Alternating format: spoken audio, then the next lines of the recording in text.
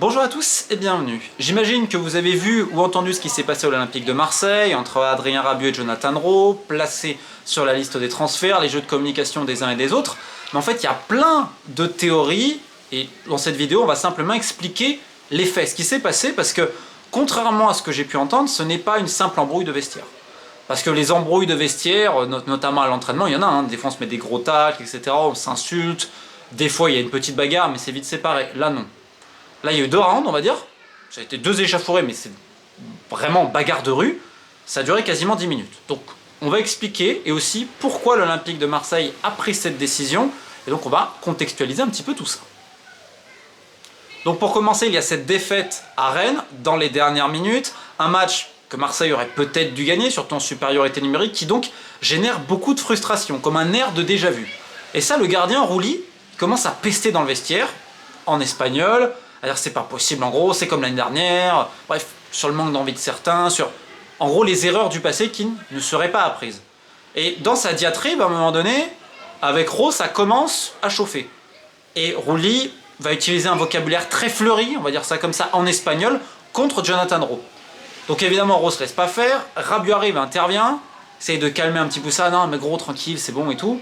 Quand même surtout, voilà, sachant qu'on sait qu'il est assez proche de Rouli, ça fait partie un peu des cadres du vestiaire. Rowe n'accepte pas forcément ça, se sent peut-être un peu ostracisé, se lève, ça commence à avoir une altercation avec Rabiot, et là, Rabiot met la première. Bagarre qui s'ensuit entre les deux, ils se sont séparés, et là c'est une vraie bagarre déjà, c'est pas on a tiré les cheveux, non, vraie bagarre.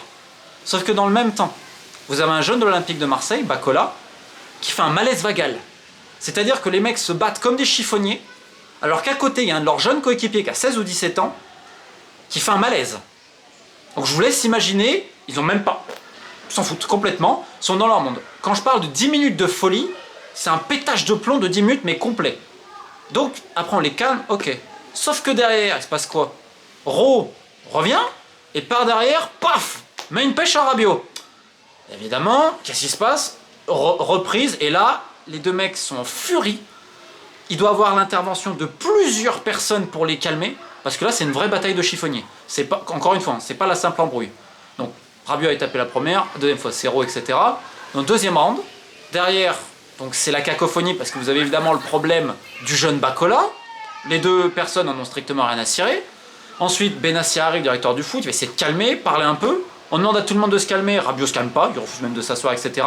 Les deux continuent à s'insulter même après, et à se menacer et tout. Donc, c'est vraiment parti complètement en cacahuète, surtout contre la situation de Bacola. Et il y a plein de gens à Rennes qui ont entendu, parce que déjà, je crois que le vestiaire extérieur à Rennes, il est quasiment adossé à la zone mixte. À un moment donné, la porte a été ouverte, parce qu'il y avait la sécurité qui a dû rentrer. Enfin, tout le monde était au courant que c'est parti dans des proportions difficilement imaginables. Donc voilà comment se termine la soirée en Bretagne. Défaite, grosse bagarre dans les vestiaires en 2 rounds qui durent quasiment 10 minutes. Des joueurs qui refusent de se calmer, notamment Rabiot à la fin. Alors sachant qu'à la base, Rabiot en plus était venu un peu pour calmer le truc, mais c'est lui quand même calmer le premier coup. Donc vous imaginez qu'en rentrant à Marseille, la direction, elle s'attendait peut-être à ce que les joueurs mettent un peu d'eau dans leur vin, du moins tentent un apaisement. Que nenni. 48 heures ont suivi. Et en fait, c'est là où la décision va se prendre. Parce que oui, ce qui s'est passé était quand même assez grave. De nature à citer du moins une très très forte amende pour les 2 joueurs. Sachant qu'on dit, ouais, mais la solution de facilité au club, on te dit, ouais, c'est de suspendre que Rowe, etc. Parce que Rowe, c'est pas pour lui trouver circonstance atténuante, mais c'est vrai que le club veut le vendre depuis un moment. Donc ils le mettent un peu en avant, et dès qu'il y a une offre, vous inquiétez pas, c'est dans l'avion. Donc c'est vrai que voilà, ça peut aussi engendrer de la frustration, parce qu'il sait qu'il n'est pas forcément désiré et tout. Même si on va revenir, on l'avait expliqué l'année dernière, t'as quand même des joueurs l'année dernière qui ont été recrutés, les Wai, les Koné, Rowe et Greenwood, pas forcément des très bons joueurs de vestiaire, hein, on va dire ça comme ça pour être très gentil en termes d'individualisme et tout. Et il y a certains cas, les 3-4, c'est Hochberg, Rabiot, Rouli notamment, même Kondogbia on peut dire, il y avait certaines attitudes, ou un manque d'effort, ça gênait un petit peu quand même. Donc il y a eu déjà des petites frictions l'année dernière, notamment entre Hochberg et Greenwood, on l'a expliqué. Mais c'est normal, c'est dans tous les clubs. Là, comme ça n'a jamais existé. Et en fait, ce qui a surpris tout le monde, c'est qu'il y a eu silence radio des deux côtés pendant 48 heures, notamment du côté Rabiot. La maman qui dit oui, on va voir ce qui se passe, il y a des sanctions pour niveau juridique. Et là, c'est là où on touche le travail de Véronique Rabiot, qui, maman, il n'y a pas de problème, mais agent, c'est un métier. Et là, clairement, à un moment donné, tu dois apaiser. Tu dois faire un pas, etc. parce que tu as un statut. Il y en a qui vont dire, mais Rabiot ne peut pas mettre le premier truc. C'est pas possible parce qu'il a un statut, en face c'est un gamin et tout. Donc même s'il y a des torts, À un moment donné, il doit donner l'exemple. Donc les deux ont complètement fauté, clairement là-dessus. Et donc derrière, il va y avoir cette décision de l'Olympique de Marseille. Pourquoi elle est prise? Parce qu'en fait, il y a silence radio. Et là, il se dit non, ça elle est trop loin, on peut pas et tout. Donc ils ont pris beaucoup de temps. Et là, j'entends beaucoup de théories. Marseille voulait garder Rabiot. Il y a une offre de prolongation de contrat depuis des semaines à Rabiot. Donc vous savez quoi? Véronique Rabiot, elle répond pas au club. Elle a prétexté même pour un rendez-vous. Non, il fait trop chaud, je peux pas venir au rendez-vous. Et en fait, les demandes de Véronique Rabiot exaspèrent beaucoup de gens au club. On dit, bon, une princesse, etc. Alors que son fils Adrien fait l'unanimité. Chez les joueurs, les employés, le staff. Alors c'est vrai que depuis quelques semaines, ils disent qu'il est un poil moins investi. Mais ça se règle en interne, c'est déjà un petit peu le cas, quelques petites sorties de ci, de là. L'année dernière, l'unanimité. Tout le monde aime Rabiot au club. Et en plus, c'est un mec entier. Sauf que dès qu'il y a un problème avec lui, et son clan, c'est la guerre tout de suite. Et on rappelle, il y a deux choses. Premièrement, la communication. Lorsque le joueur apprend qu'il est mis sur les transferts, en gros qu'on va se séparer, 10 minutes après, Philippe Sanfourche d'RTL sort l'info. Tout le monde a compris d'où ça venait. Ensuite, il y a eu l'avocat d'Adrien Rabiot qui a donné d'ailleurs sa version que je vous recommande sur RMC hier. Donc on a activé directement le plan médiatique en disant, mais de toute façon, sachant que même la prolongation de contrat, sa maman, bon, elle essayait de faire croire qu'il y avait l'intérêt du Milan et plein d'autres choses. Pourquoi aussi? Parce qu'il y a un intérêt financier. Sur le contrat de Rabiot, il y a un gros pourcentage au transfert qui lui reviendra si il est vendu. Très gros. Donc il y a un intérêt financier. Sauf que cet été, Rabiot, par exemple, il va refuser l'Arabie Saoudite, et c'était une proposition mirifique. Et je répète, c'est quelqu'un d'entier dans le milieu du foot. Et je dis ça, je vais jamais parler, j'ai pas de lien avec les Rabiot. Je m'en fous, j'ai pas de parti pris. Par contre, et c'est ce qui va pas, c'est que c'est des gens qui disent on est contre le système des transferts, on le voit, ils sont toujours partie libre. Le club était quand même irrité par l'attitude de la maman, donc sa conseillère, qui n'allait pas au rendez-vous, qui ne répondait pas, et là, d'un coup, ok, on va voir et tout, plus tout le plan communication qu'il y a eu. Mais en fait, la décision, elle a été prise parce que, en fait, il y a silence radio pendant 48 heures. Alors que c'est pas une simple petite bagarre de vestiaire. Là, c'est vraiment aller très loin. Et on a découvert plein d'affaires, se battre comme des chiffonniers pareils après un match, alors ça peut arriver.